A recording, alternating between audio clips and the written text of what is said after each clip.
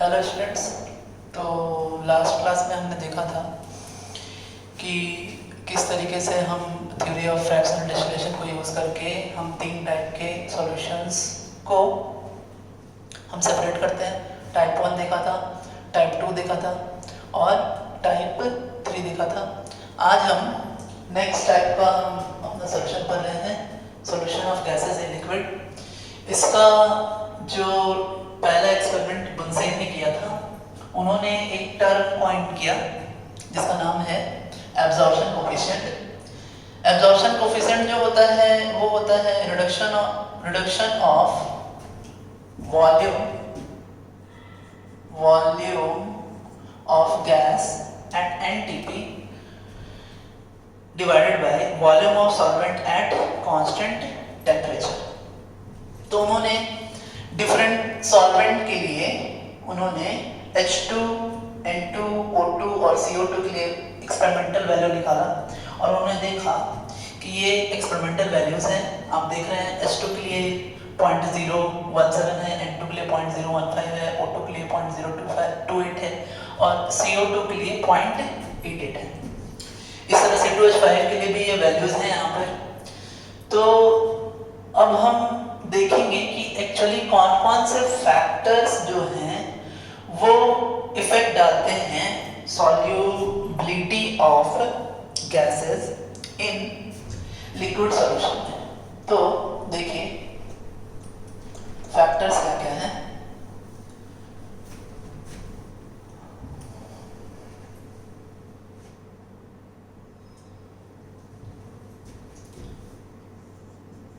Gases in liquid solution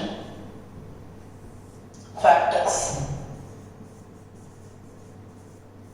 देखिए जो पहला फैक्टर है वो पहला फैक्टर है nature of gas and nature of solvent. अब बात ऐसा है कि वो गैसेस जो इजीली लिक्विफेबल हो, easily liquefiable gases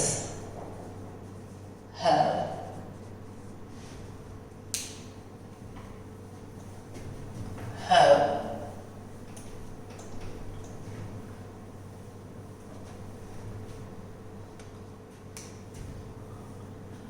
higher solubility। दूसरा है कि इन केस अगर गैस जो है वो सॉल्वेंट के साथ रिएक्शन कर दे, that means if the gas react or dissociate in the solvent, the solubility is high। तो ये दो बातें थी आपके नेचर ऑफ गैस और नेचर ऑफ सॉल्वेंट में कि अगर इजीली लिक्विफेबल गैस है तो वो क्या होगा कि उसका जो सॉल्युबिलिटी है वो सॉल्वेंट में हाई होगा। एक एग्जांपल है, एक क्वेश्चन आता है कि solubility of gases in a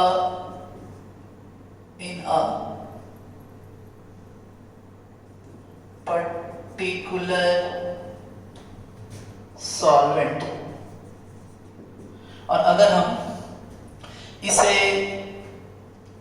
एक ऑर्डर में लिखने की कोशिश करें, फॉर एग्जांपल मैंने लिखा N2 O2 CO2 और NH3 एक और ले लेते हैं H2, तो हम देखेंगे कि सबसे ज़्यादा सॉल्युबल NH3 होगा, उसके बाद CO2 होगा, फिर O2 होगा, फिर N2 होगा, सबसे लास्ट में H2 होगा।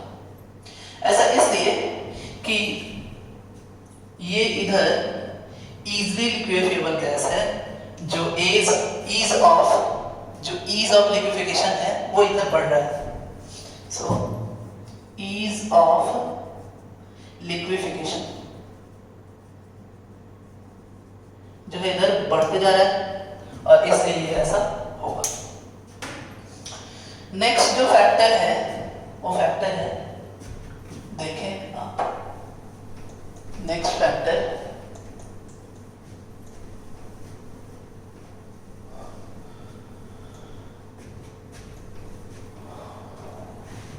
वो फैक्टर है टेम्परेचर।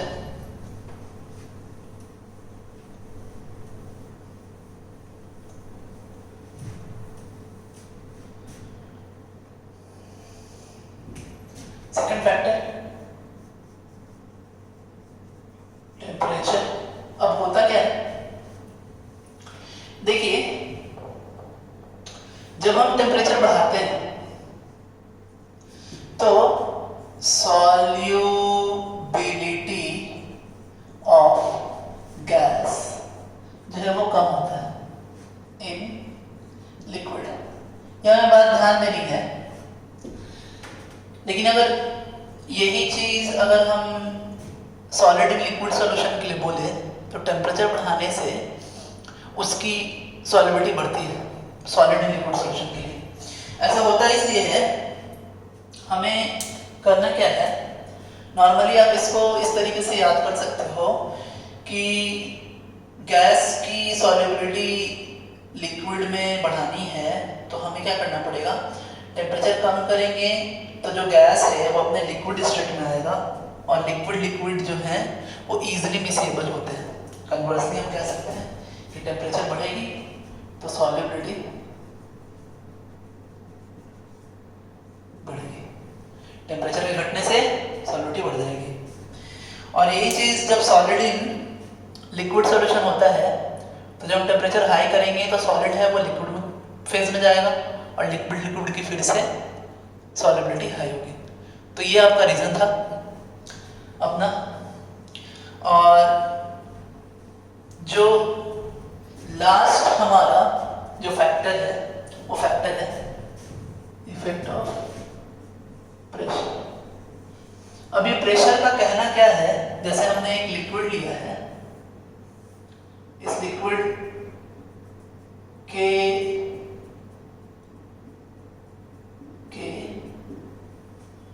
ऊपर हमने एक गैस रखा है। अब ये गैस का जो प्रेशर होगा, ये प्रेशर जितना हाई होगा सॉल्युबिलिटी उतनी ही हाई होगी। हम कह सकते हैं, देखें हम, कि जो सॉल्युबिलिटी है वो डायरेक्टली प्रोपोर्शनल है pressure of gas.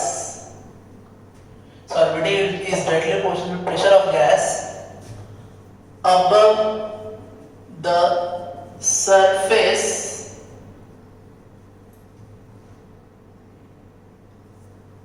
of liquid. कहने का मतलब solubility is directly proportional to pressure। अब क्या होगा देखें आप,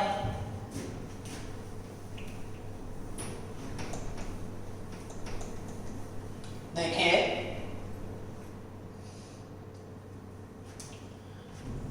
सॉल्युबिलिटी प्रोपोर्शनलिटी कांस्टेंट हटा, ये Kp हो जाएगा। अब हमें करना क्या है कि इस P को हम क्या करें, 1/K इंटू सॉल्युबिलिटी लिख दे, और यहाँ इस P को हमने क्या किया, 1/K को हमने KH कह दिया, और ये सॉल्युबिलिटी X जो कि आपका mole fraction X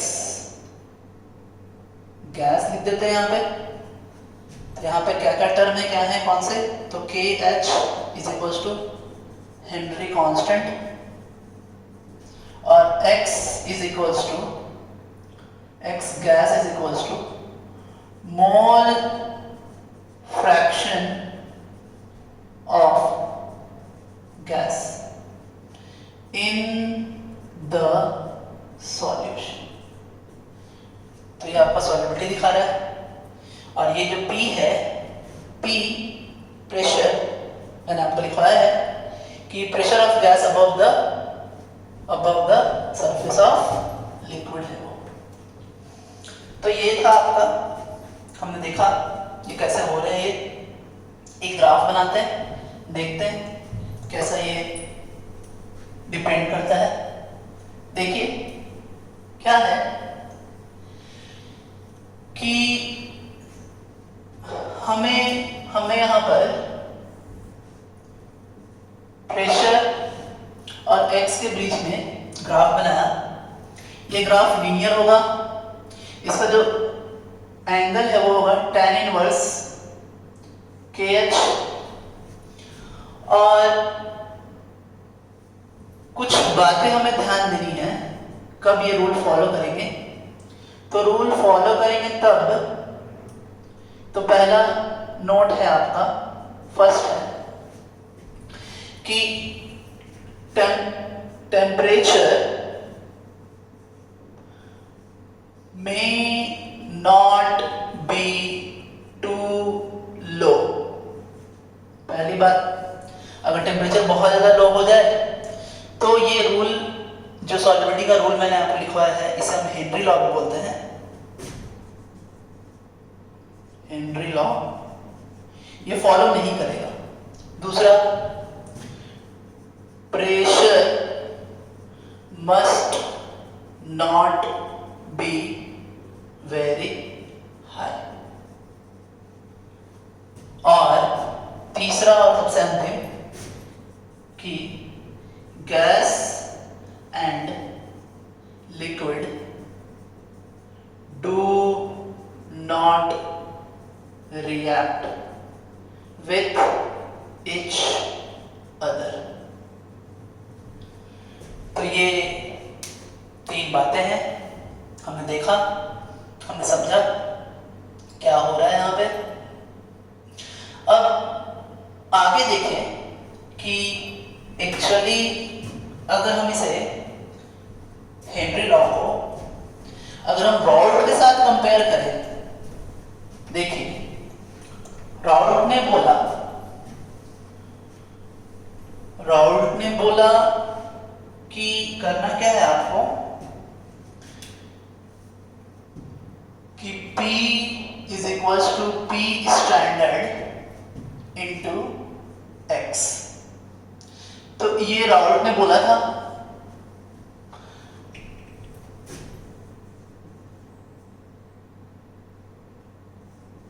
Raoult's law, और ये आपका बोला किसने, हेनरी लॉ। अब अगर हम ये सोचें कि ये जो बीकर है,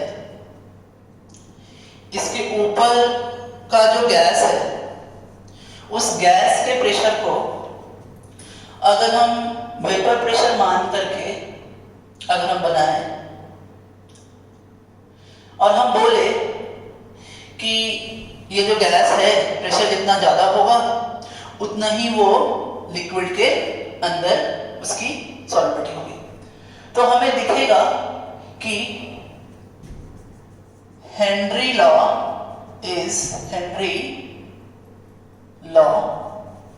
is a special case of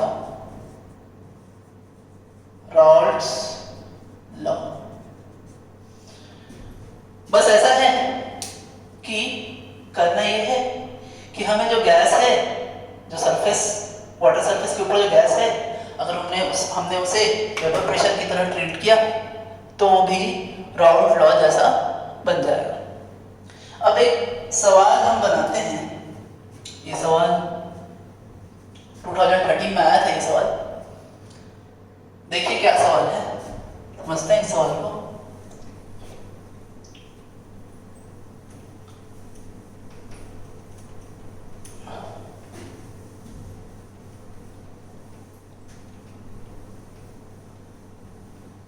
देखिए क्या है सवाल, ये सवाल है यहां पर N2 गैस मोल फ्रैक्शन देख रखा है एयर में, mole fraction in air is 0.8, ये देख रखा है। Pressure of air above the water surface भी देख रखा है, कितना 5 atm। फिर कह रहा है कि 10 मोल ऑफ वाटर और KH का वैल्यू देख रखा है, कितना 10⁵ atm। अब आपको करना क्या है, number of moles of N2 कितना डिसॉल्व है वो निकालना है। अब देखिए ये जो आपको निकालना है, तो हम करेंगे क्या कि हम फार्मूला यूज करेंगे। हेनरी लॉ का फार्मूला हमें मालूम है। हेनरी लॉ का फार्मूला है कि actually P is equals to KH into X। अब देखिए जो वैल्यूज हैं यहां हमें ध्यान देना होगा। Number of moles of N2 पूछ रहा है डिसॉल्व, तो यहाँ प्रेशर हम एयर का नहीं ले सकते हैं, यहाँ प्रेशर हमें N2 का ही लेना होगा। तो pressure of N2 above the water surface is equals to, अब देखें यहाँ पे हम Dalton's law of partial pressure निकालेंगे। Dalton's law of partial pressure के हिसाब से हमें मालूम है कि अगर हमें किसी एक कंपोनेंट का प्रेशर निकालना है तो हम टोटल प्रेशर इनटू उसके मोल फ्रैक्शन से मल्टीप्लाई कर देते हैं। ये आपका टोटल प्रेशर आया, actually partial pressure of N2 आया। अब यहाँ पे हम वैल्यूज पुट करेंगे। देखिए, और ये जो x है ये मोल फ्रैक्शन ऑफ गैस है।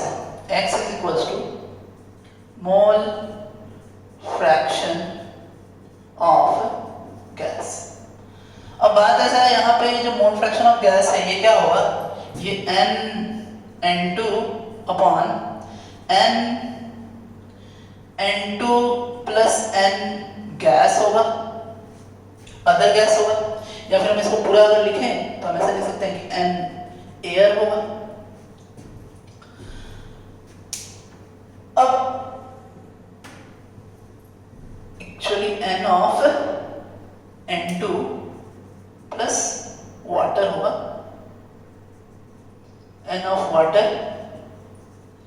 तो अब बात ऐसा है कि वाटर में गैस की सॉल्युबिलिटी बहुत ही लो होती है, तो N2 की वैल्यू इतनी बहुत छोटी है, तो हम क्या करेंगे कि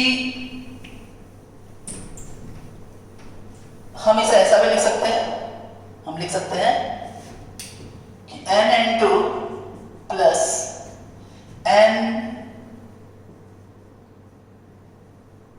of water is nearly equals to N of water. क्यों?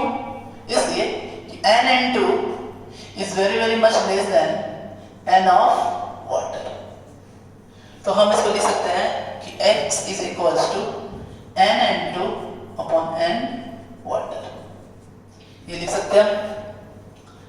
तो अब हमारा क्या आएगा सवाल, तो अपना जो प्रेशर है वो कितना है, 5 into 0.8 is equals to KH का वैल्यू 10⁵ इंटू N2 अपॉन 10 और N2 इज इक्वल्स टू, देखिए कितना आया, तो 4 into 10 upon 10 to the power 5, that is 4 into 10 power minus 4 moles। तो ये आपका आंसर आ गया। ये क्वेश्चन IIT JEE 2013 में आया था, हमने देखा कैसे ये होता है, यहाँ पे किस तरीके से बनता है। आगे देखते हैं हम। अब हमें एक्चुअली हमने एक पार्ट हमने कंप्लीट कर चुके हैं हम, अब हमें पढ़ना है कॉलिगेटिव प्रॉपर्टीज। देखिए कॉलिगेटिव प्रॉपर्टीज क्या होते हैं तो समझते हैं क्या है colligative properties.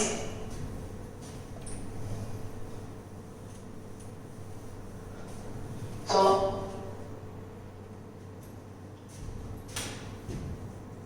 Colligative properties, so colligative properties of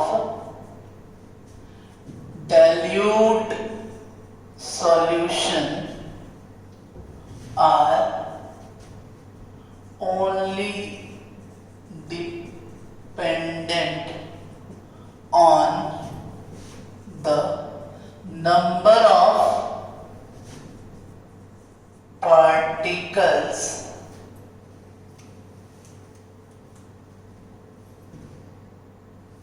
of the solute, quantitative only।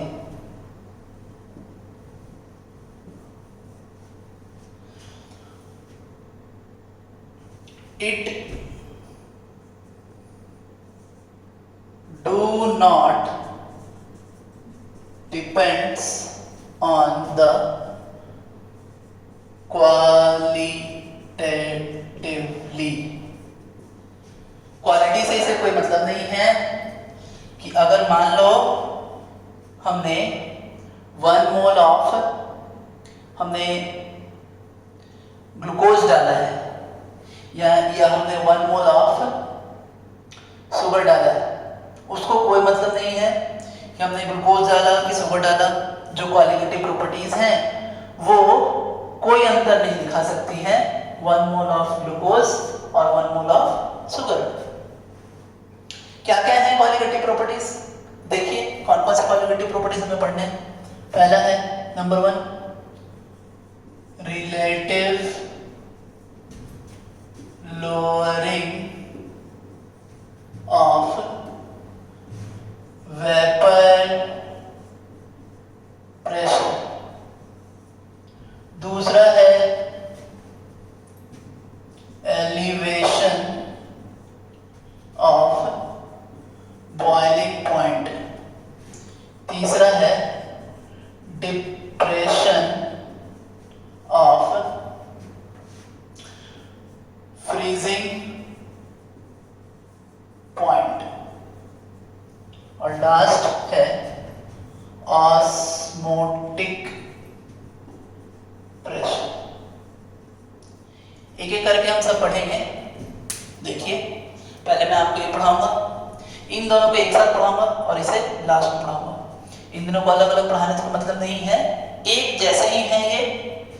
Quantitatively मैं आपको बताऊंगा, क्वांटिटेटिवली एंड क्वालिटेटिवली बताऊंगा कि दोनों में क्या डिफरेंस है, क्या होता है, क्यों होता है ऐसा। तो पहले हम पढ़ेंगे relative lowering of vapour pressure. देखिए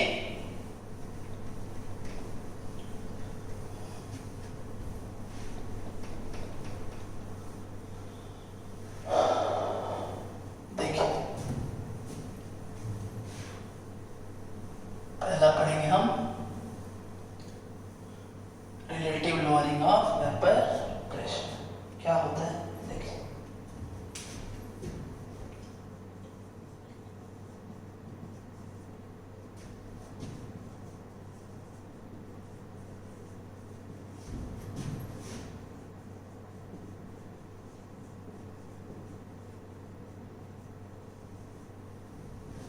तो relative lowering of vapour pressure क्या होता है, इसको समझने के लिए पहले तो हमें चेंज इन वेपर प्रेशर निकालना पड़ेगा। So change in vapour pressure कैसे आता है ये देखें। तो हमने P स्टैंडर्ड लिया और मैं यहाँ S लिख रहा हूँ सॉल्वेंट के लिए। So PS standard minus PS is equals to होगा क्या, हम जानते हैं रॉल्ट लॉ से कि PS is equals to PS standard into XS, और ये जो XS मैं लिख रहा हूं, S फॉल्ट लिख रहा हूं मैं सॉल्वेंट। अब देखो आप क्या हुआ है, फॉर्मूला पुट करते हैं, देखिए क्या आता है। सो P standard S minus P standard S XS। अब देखिए क्या होता है, ये PS कॉमन ले लो आप, PS स्टैंडर्ड या 1 माइनस XS, इसको उठा के इधर डिवाइड कर दिया आप,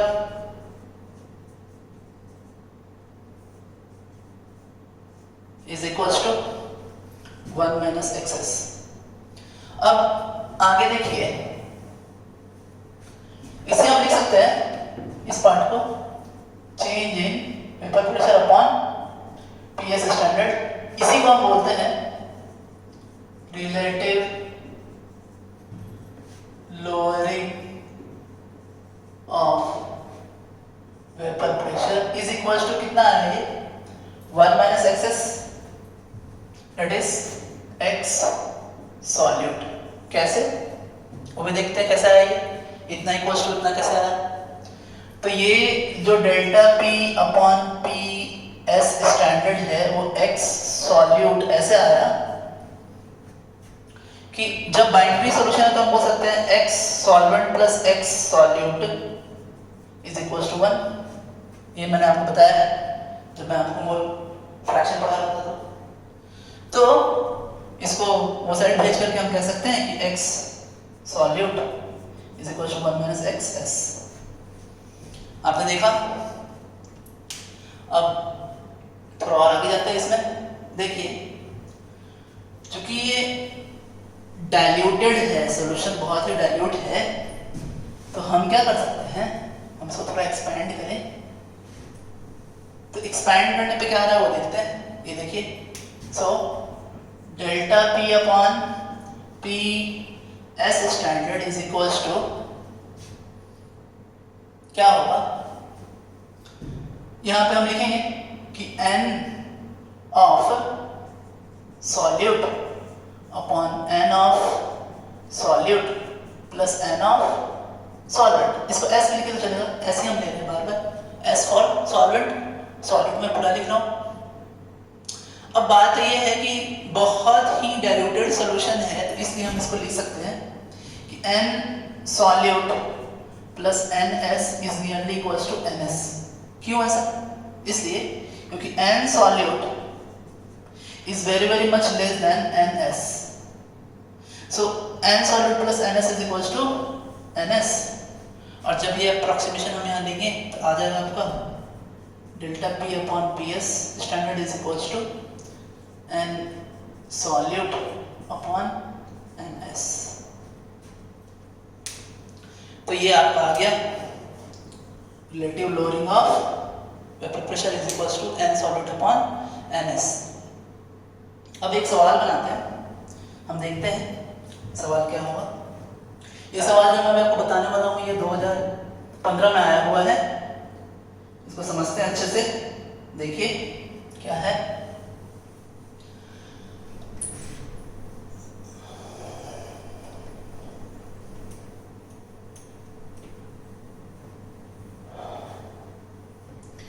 एक नॉन वोलेटाइल सब्सटेंस है 1.2 gram of non volatile substance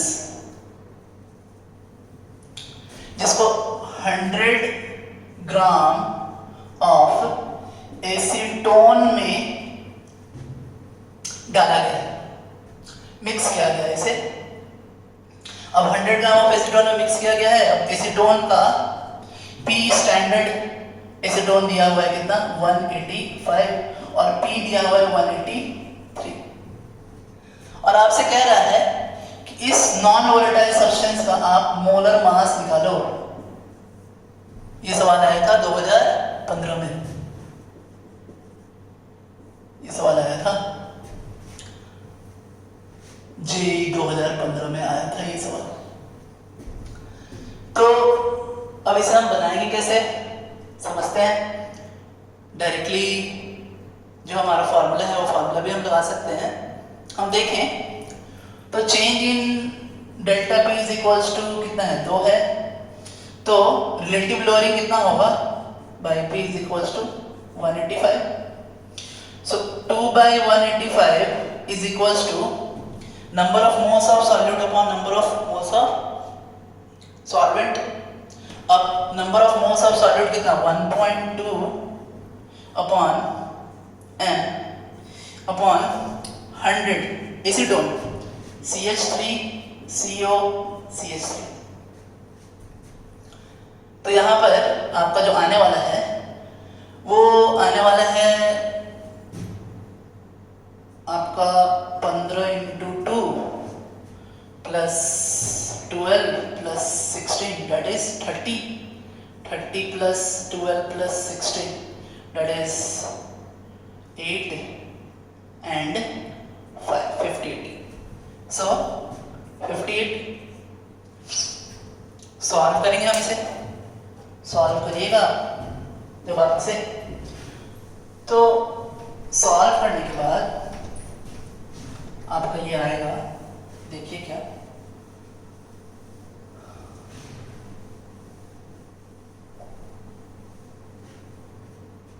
देखिए ये आएगा आपका m इज इक्वल्स टू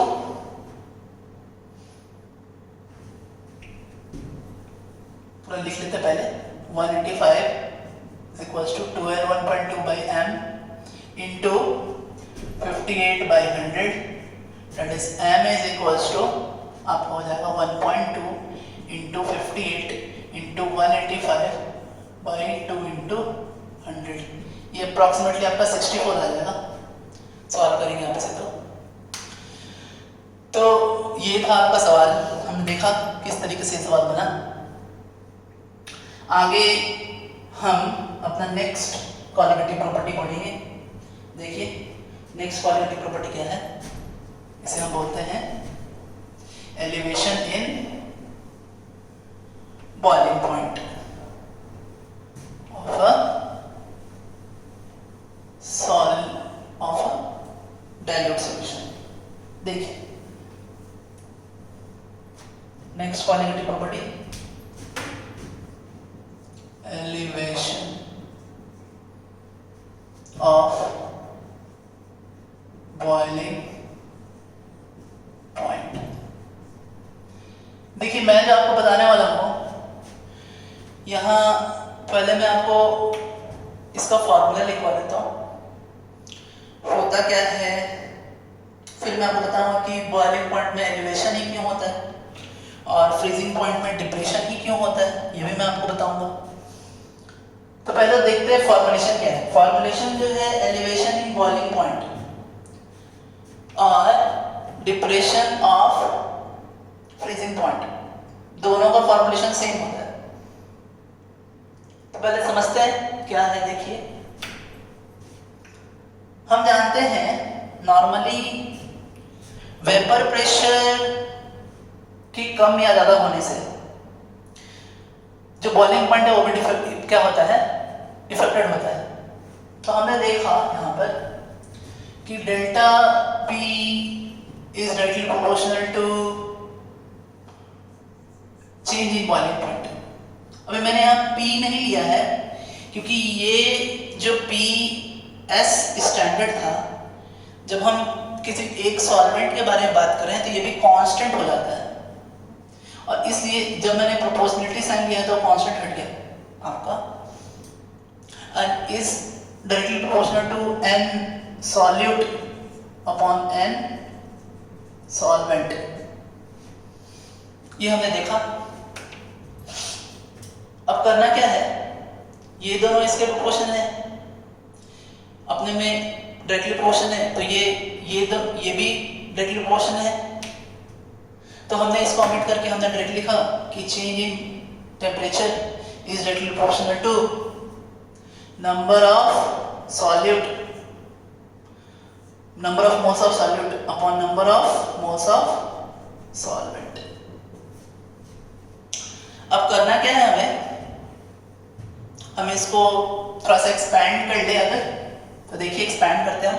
हमने लिखा डेल्टा टी, बी लिखेंगे तो बॉइलिंग पॉइंट होगा और एफ लिखेंगे तो फ्रीजिंग पॉइंट हो जाएगा। तो change in boiling point and change in freezing point, दोनों का फार्मूला सेम ही होता है। मैं आपको बताऊंगा कि कैसे यहाँ पे बॉइलिंग पॉइंट बढ़ जाता है और वहाँ कैसे बॉइलिंग पॉइंट घट जाता है, ये मैं तो आपको बताने ही वाला हूँ, लेकिन पहले फॉर्मुलेशन देख लेते हैं। तो यहाँ बी भी लिख सकते हैं और एफ भी लिख ही सकते हैं, कोई दिक्कत नहीं है। मैंने यहाँ पे कुछ नहीं लिखा है। अब देखिए यहाँ पे इक्वलिटी साइन ले लीजिए, एक कांस्टेंट डाल दीजिए और इसको लिखिए, या अभी इसे रहने देते हैं, पहले देखते हैं क्या हो रहा है। तो देखिए यहाँ पे मैंने लिया n ऑफ सॉल्यूट अपॉन, इसको थोड़ा चेंज कर लेते हैं, इसे लिखते हैं m of small m of mass of solvent upon molar mass of solvent. उसको भी एक्सपेंड करेंगे तो देखिए क्या आएगा, small m of solute by m of solute upon m of solvent by, ये मास है, मास स्मॉल से मैंने दिखाया है, और जो बड़े वाले m से दिखाया है वो दिखाया है मोलर मास ऑफ सॉल्वेंट। थोड़ा सा अगर इसे हम रीअरेंज करेंगे तो आएगा delta T is equals to, देखो आप कितना आ रहा है, m of solute upon m of solute into m solvent by mass of solvent. अब देखिए हमने सॉल्वेंट को सेम रखा है, सॉल्वेंट को सेम रखा है, हम सिर्फ उसके अमाउंट को चेंज कर सकते हैं। हमने मान लीजिए बेंजीन लिया है तो हम बेंजीन ही लेंगे, लेकिन उसके अलग अलग मास को हम लेंगे। तो यहाँ पर ये इक्वल टू नहीं होगा भाई, यहाँ तो अभी प्रोपोर्शनलिटी चल रहा है, तो प्रोपोर्शनलिटी आ रहा था, प्रोपोर्शनलिटी आगे की ओर चल रहा है। तो इसे हम कांस्टेंट मान करके इसको ओमिट कर सकते हैं, वो चेंज होगा नहीं, वो कांस्टेंट ही है जब तक हम सेम सॉल्वेंट यूज करें। तो हमने यूज किया यहाँ पर सेम सॉल्वेंट, तो ये भी कांस्टेंट बन गया है। तो हम बोल सकते हैं delta T is directly proportional to, अब जो वेरिएबल्स बचे वो बचे m सॉल्यूट अपॉन m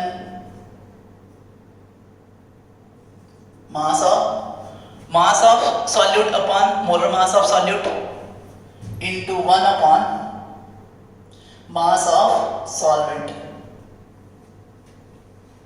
इसे मैं अच्छे से लिख देता हूं, आप देखिए फिर से, मास ऑफ सॉल्वेंट, ये रहा। अब हम यहां पर ये प्रोपोर्शनलिटी साइन हटा देंगे और एक कांस्टेंट हम इंट्रोड्यूस करेंगे। कांस्टेंट इंट्रोड्यूस करते हैं हम, देखिए, so delta T is equals to K m solute by molar mass of solute into 1 by m solvent। और जैसे हम यहाँ 1000 से मल्टीप्लाई करेंगे तो ये k, इसको हम क्या करें, 1000 से हमने यहाँ डिवाइड किया और यहाँ m solute upon molar mass capital लिख देता हूँ मैं, और सॉल्यूट इंटू 1000 बाई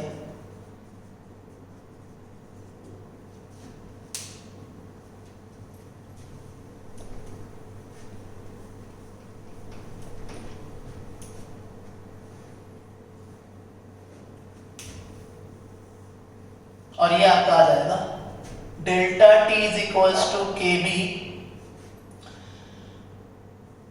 मोल, यहां नंबर ऑफ मोल्स है, ये number of moles of solute है, अपॉन इस 1000 को अगर हम यहाँ नीचे डिवाइड कर दें तो ये पर केजी ऑफ क्या हो जाएगा, सॉल्वेंट हो जाएगा, और ये आपका आ जाएगा मोलैरिटी। क्या आ जाएगा ये, मोलैरिटी m स्मॉल m। तो ये आपका आ गया डेल्टा टी, बी लेंगे तो बी होगा, तो delta T B K B into m is equals to molarity of the solution. हमने देखा Kb इज इक्वल्स टू आया है K बाई 1000, और ये है आपका मोलर, इस Kb को हम बोलते हैं मोलर एलिवेशन कांस्टेंट। तो ये आपका फॉर्मूलेशन था, हमने देखा। सेम हम इस फॉर्मूले को हम लिख सकते हैं, इसी तरह वो फॉर्मूलेशन होगा, इसलिए दोनों को मैंने एक साथ लिया। हम लिख सकते हैं कैसा, देखिए हम लिखेंगे T delta T F is equals to K F into M. Same यही फॉर्मुलेशन होगा, कोई अंतर नहीं होगा। तो ये हमने देखा, फॉर्मुलेशन देखा, किस तरीके से हो रहा है वो भी देखा। अब बात क्या है कि ये जो Kb है और ये जो Kf है, इसको निकालने का एक और तरीका है।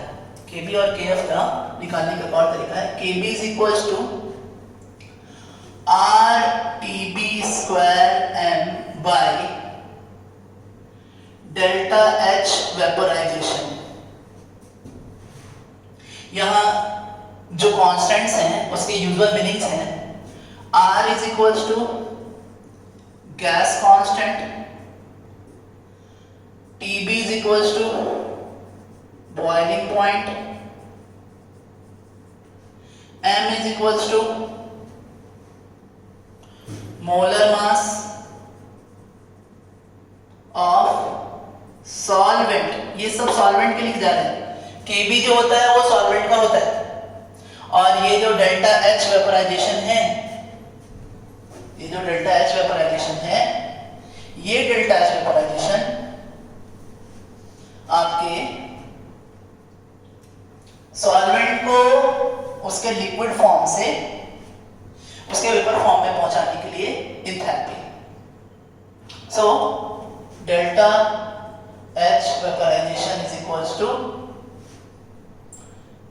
चेंज इन एंथैल्पी ऑफ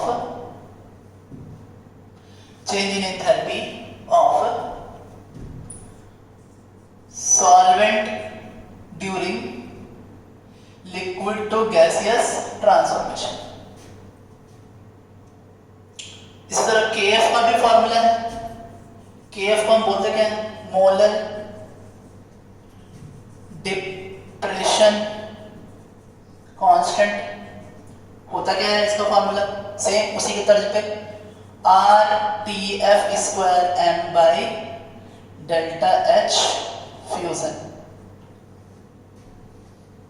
तो ये था आपका, हमने देखा फॉर्मुलेशन क्या है, किस तरीके से होता है। दोनों को मैंने एक साथ लेके चला आपके लिए। मैंने आपको बताया कि दोनों में कोई डिफरेंस नहीं है फॉर्मुलेशन में, दोनों का फॉर्मुलेशन सेम तरीके का होता है, दोनों ही वेपर प्रेशर पर डिपेंड करता है।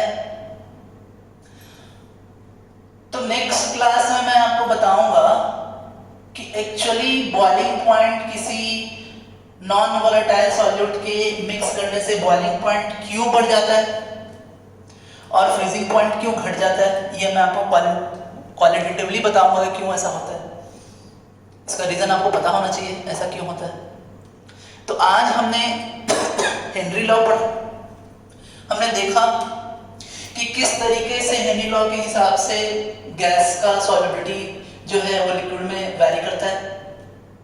दूसरा हमने अपना पहला जो हमारा कॉलिगेटिव प्रॉपर्टी था वो हमने पढ़ा। फिर हमने देखा कि जो सेकंड कॉलिगेटिव प्रॉपर्टी है हमारा, जो सेकंड कॉलिगेटिव प्रॉपर्टी है, सेकंड और थर्ड एक साथ हमने पढ़ा, elevation in boiling point and depression in freezing point, दोनों को फॉर्मुलेशन देखा। तो कल हम देखेंगे कि ये क्यों बॉइलिंग पॉइंट बढ़ जाता है और क्यों फिर फ्रीजिंग पॉइंट घट जाता है। तो आज के लिए इतना ही। Thanks, have a nice day students.